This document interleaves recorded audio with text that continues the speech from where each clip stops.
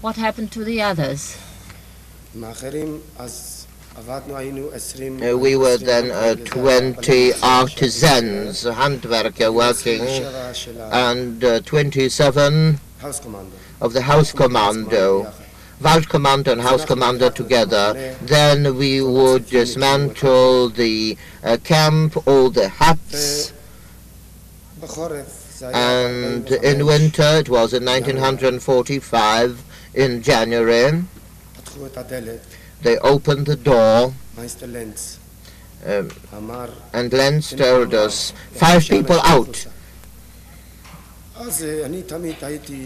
Then I was the youngest. I also ran.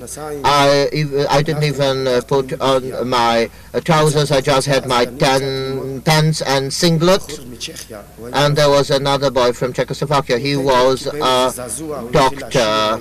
He got some sort of a shock. He began singing and dancing. And Lenzig asked Hans Portman where to put us. And Portman said, a bit further from here, and he told us that we should lie down. We lay down the first 5, and when we were thus lying, I heard some sort of a noise, and then I was hit. Where did the bullet hit you? Bullets whizzing by, and I was hit by one of the bullets. The scar of this bullet? Here, the witness shows the scar.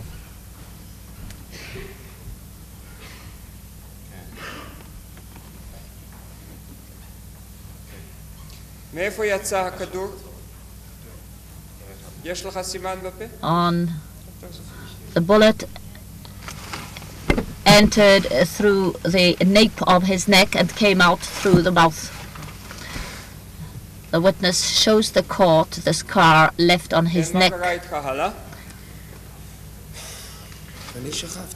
I was still lying down. I was lying down, and he would pass by, and when he had some signs of life, there were all sorts of movements, so he would finish them off at the second shot.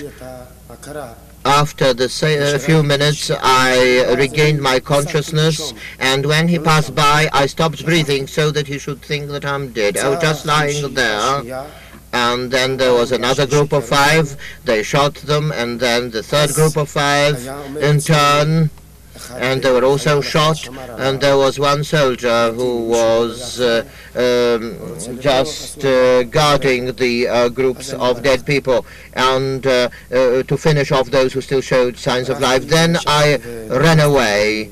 I ran away when his gaze was not fixed on me. I was hiding in the hut of a Gentile up to the liberation. When the Russians came, I was looking through a hole in a stable. I thought it was a dream. I didn't know what was going on. Somebody came in, opened the door, and said to me, you can now go out. The Russians had already arrived. Then I went out,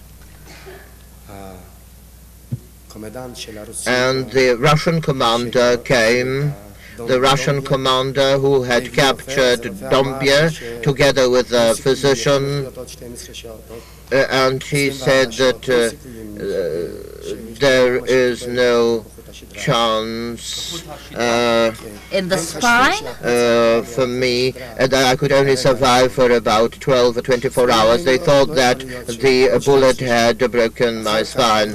Afterwards, after 36 hours, I was still alive, in spite of the prediction. Then they realized that I had got the bullet rather far from the spine. Were also wounded in the nose. You have a scar. Yes, I had 2, and then I asked the physicians. They said that when I received the bullet, then instinctively I put the head down, and somehow or other the bullet didn't get there was some sort of glass that splinter that hit me.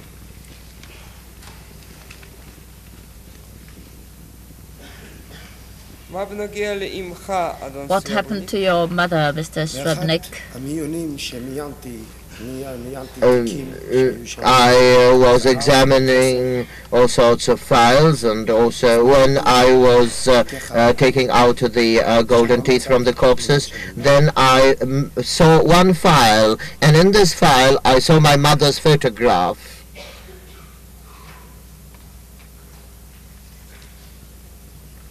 Mr.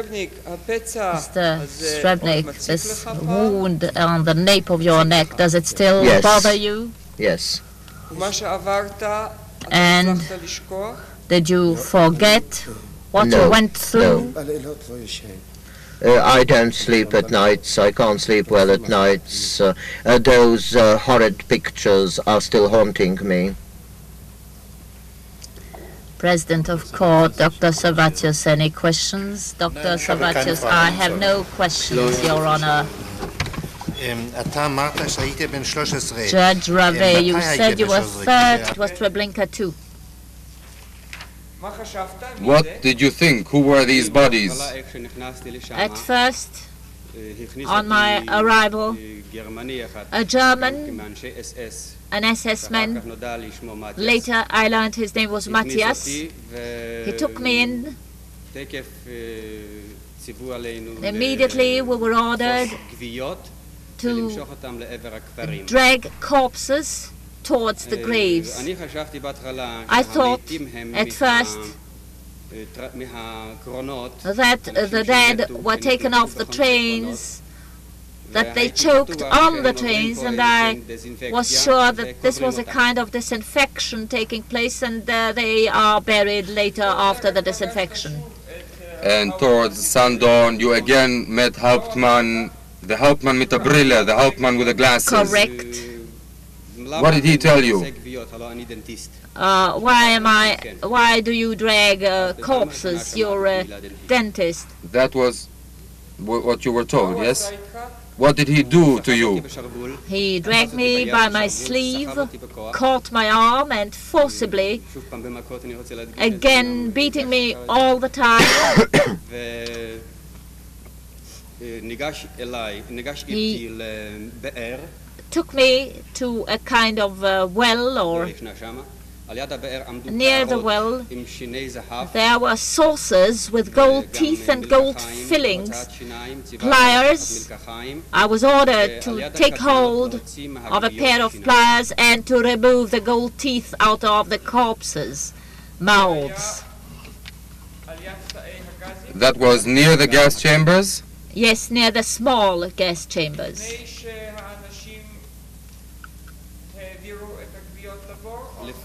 Was that before the bodies were taken to the pits? Before they were dragged to the graves. And you performed that job? Yes.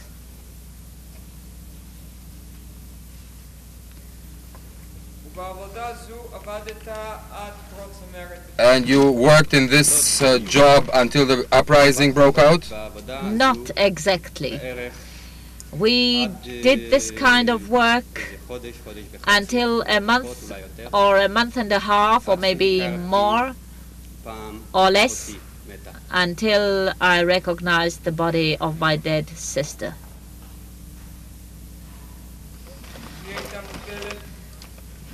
She was lying there dead? Yes.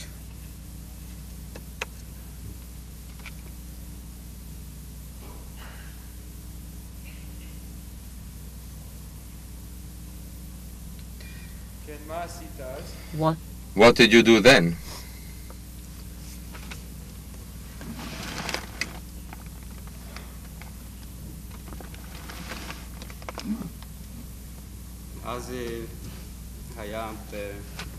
Then the commander of our group was Dr. Zimmerman. I asked him to take me back into the cabin. I cannot carry on. President of Court, Who was this Zimmerman? Dr. Zimmerman. He was the capo of the dentists. President of in court, a quotes. capo, a Jewish capo? Yes, a Jewish capo.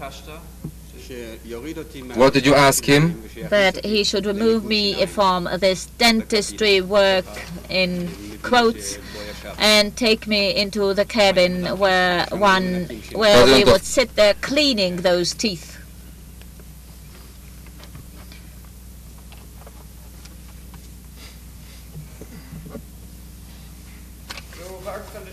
And you were transferred there after that? Yes.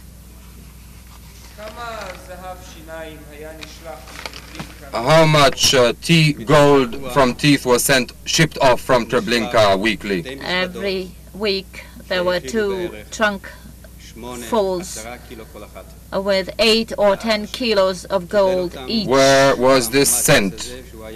Matthias would take them over. He was the commander of our camp, commander of our hut or barrack, and he said that this was being sent on to Berlin. And these were exclusively golden teeth? Yes, only gold teeth and gold fillings. That is also artificial teeth. President of court, you mean artificial teeth as well? These were also pried loose? Yes. What were they made of? Also artificial teeth. What were they made of? Were they made of porcelain? What was the value of that material? It seems that they attached value to the teeth themselves. The prothèse we would throw away, but the teeth themselves they would heat and then You mean they took the gold from the artificial teeth also, or what? Porcelain teeth as well as the gold would be collected. Attorney General, how about wedding bands, rings and so on?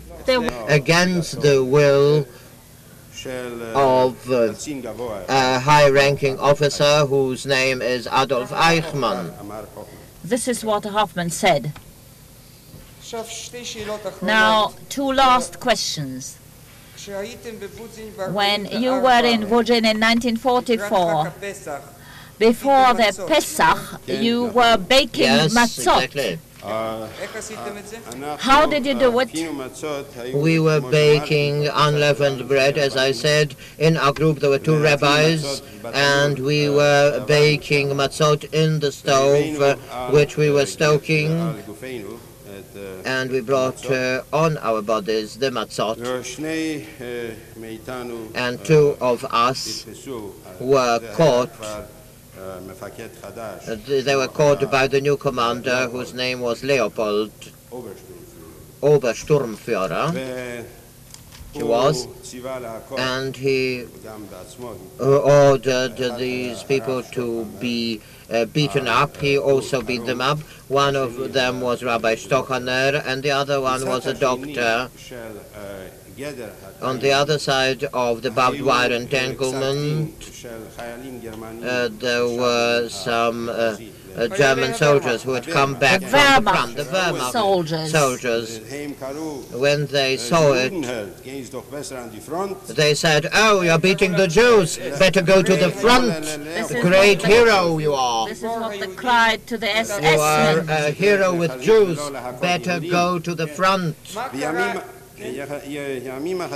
And several days afterwards, there was a case that his pistol went off and hurt him, and the soldiers said, again across the barbed wire fence, that he did it intentionally in order to evade conscription for the front. President of court, we must learn to differentiate between things which are very convincing to the layman but not to the jurist. Attorney General, this is to describe the background. I shall not reply, but this is the very end of the testimony of this witness, Your Honor. Dr. Savatios, I have no questions, Your Honor.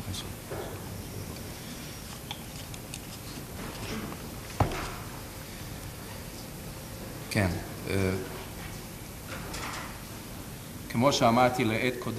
President of Court, Dr. Wdowinski, the remarks I made were referred to the juridical value of what you said, and I hope you took it in the spirit it was meant. You completed your testimony.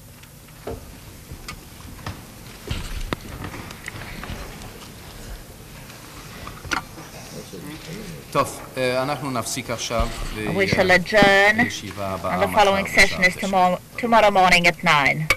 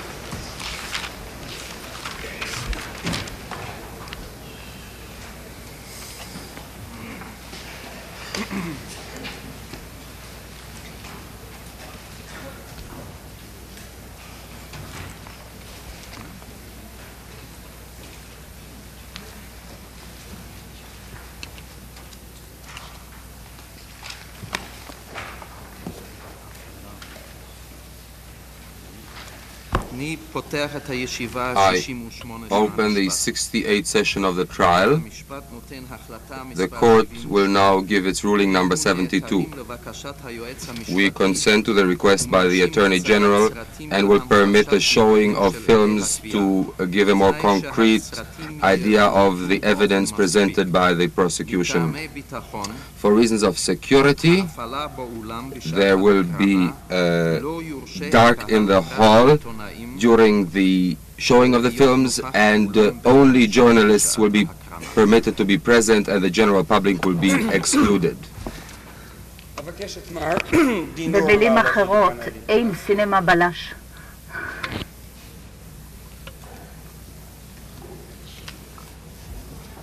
אבקש שקט באולם. President of court, please quiet in the courtroom. אדוני מדבר עברית? To get ready within half an hour to march again. Ich habe eine sehr schmerzhafte Leistendrüsenentzündung gehabt. Ich konnte schon nicht mehr gehen. Und ich habe den beiden Freunden, die mich gestützt haben auf dem ganzen Transport, denen habe ich gesagt, sie sollen doch allein weitergehen, denn ich könnte ja gar nicht mehr, ich könnte ja meine Beine nicht mehr aufheben. Mir sei schon ganz egal, wo ich umkomme. Lieber dann schon hier mit Blechhammer, als wie unterwegs auf der Landstraße. Und dann haben die beiden Bekannten haben dann dezidiert, sie wollen dann lieber bei mir bleiben, als wie den Transport mitmachen.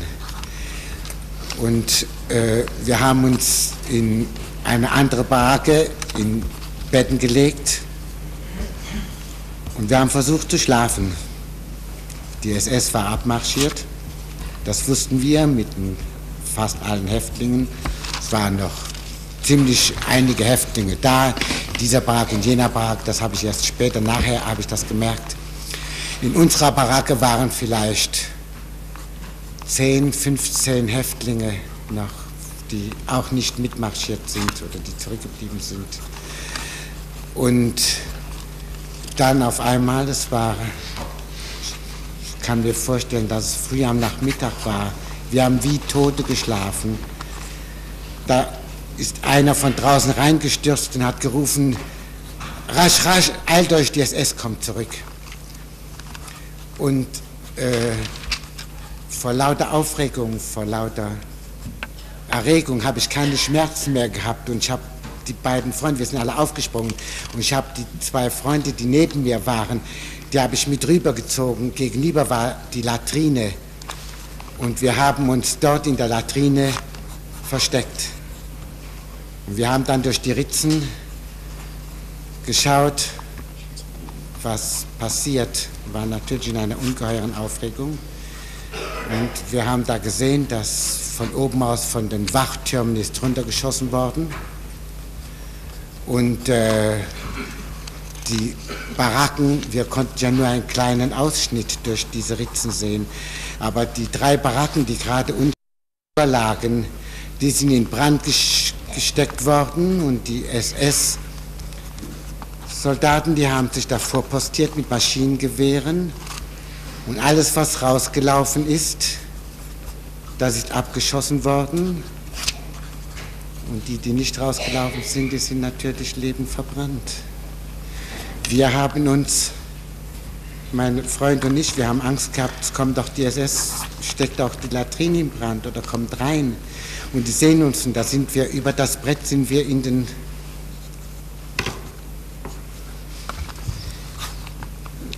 da runtergesprungen. Und ich glaube, das war das Schlimmste von der ganzen KZ-Zeit. Da sinkt man so ganz langsam ab. Und man weiß nicht, wie tief geht es, wo bleibt man stehen. Und wie dann, von ungefähr so tief in dem Kot stand, habe ich festen Boden unter den Füßen gespürt. Und der Geruch von der verbrannten Wolle, von dem Knistern vom Holz, von den Angeschossenen und nicht Toten, die aus den Baracken gelaufen sind,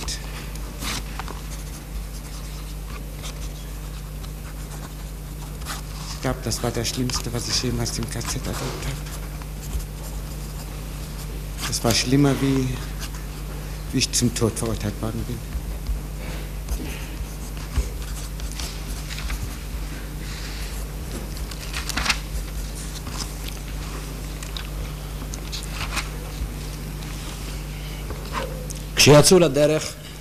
When they left on the march, I could not go with them.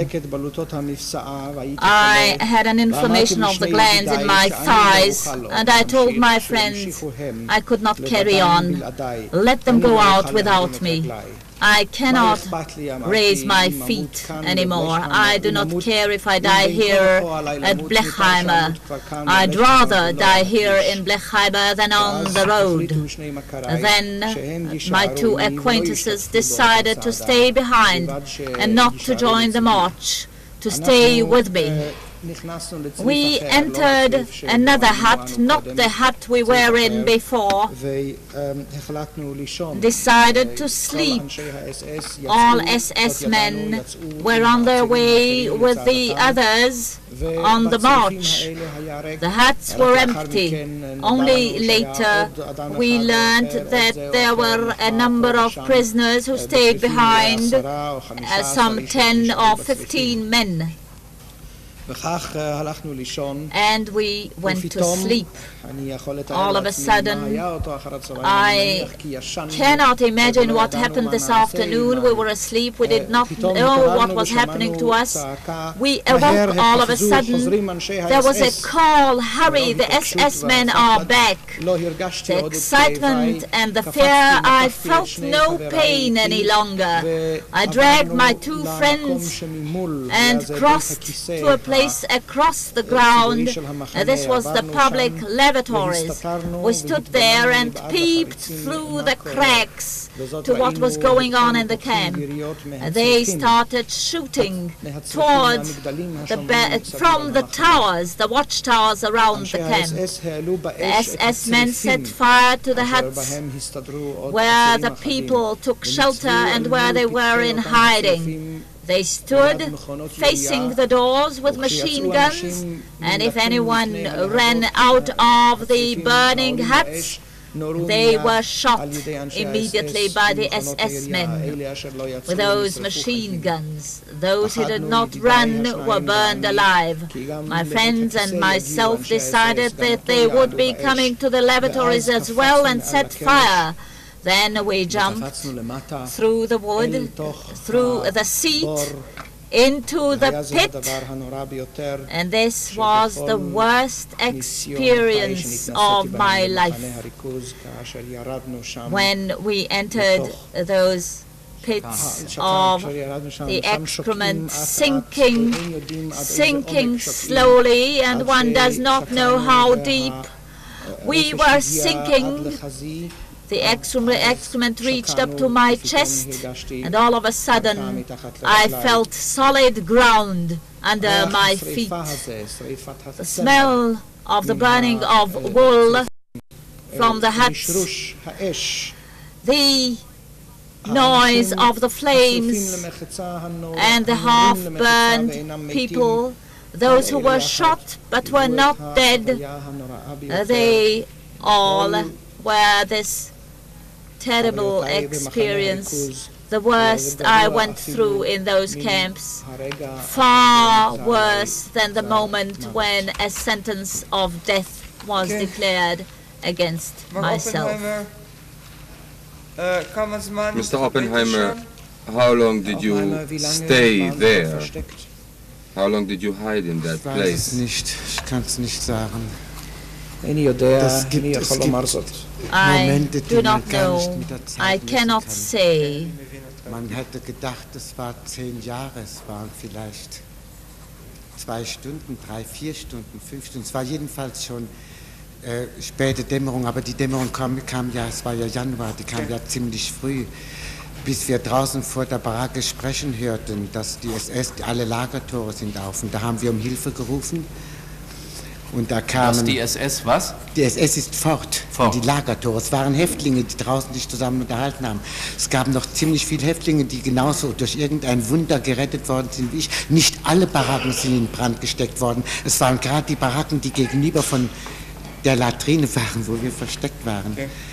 Und nachher haben wir um Hilfe gerufen. Es kamen ein paar Mithäftlinge, natürlich jüdische Mithäftlinge rein, die haben uns geholfen rausziehen. Wir haben uns mit Schnee, das Wasser gab es keins, wir haben uns mit Schnee gewaschen, so gut wie es möglich war. Und ja.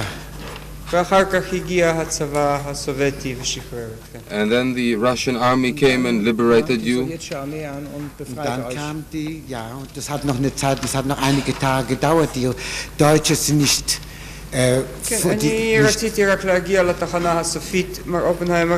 אתם שוחררתם על ידי הצבא הסובייטי. And I would like to get to the end now. Then the Russian army came and liberated you, Mr. Oppenheimer? And Blechheimer is And Blechheimer is really a branch, was a branch of Auschwitz?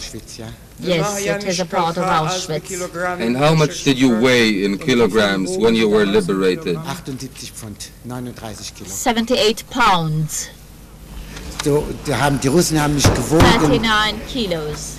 Die Russen haben mich gewogen, wie ich aus dem KZ, wie sie mich befreit haben. Weighed me at the moment I was released.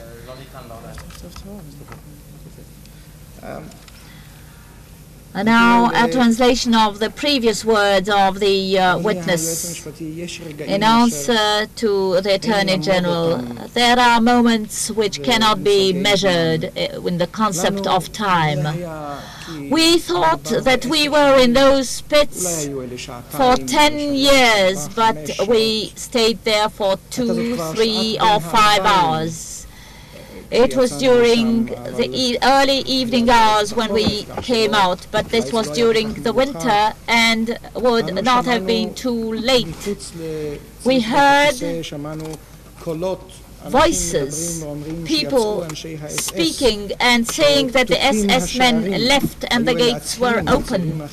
There were other prisoners of war, Jewish prisoners, also saved by some kind of miracle, because not all the huts were on fire. And then we cried out for help. A number of those Jewish prisoners came to help us and pulled us out of this pit of excrement. We cleaned ourselves with snow. There was no water. We did what we could.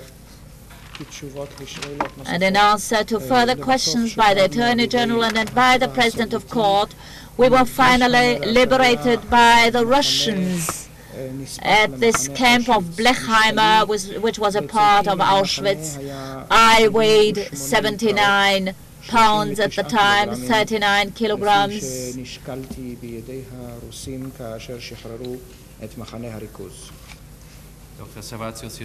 President of Court, Dr. Savatius, have you any questions? Eine Frage. Dr. Savatius, I have one question. Sie sagten, dass von der Fahrt von Theresienstadt nach Auschwitz, dieser langen Fahrt, dass den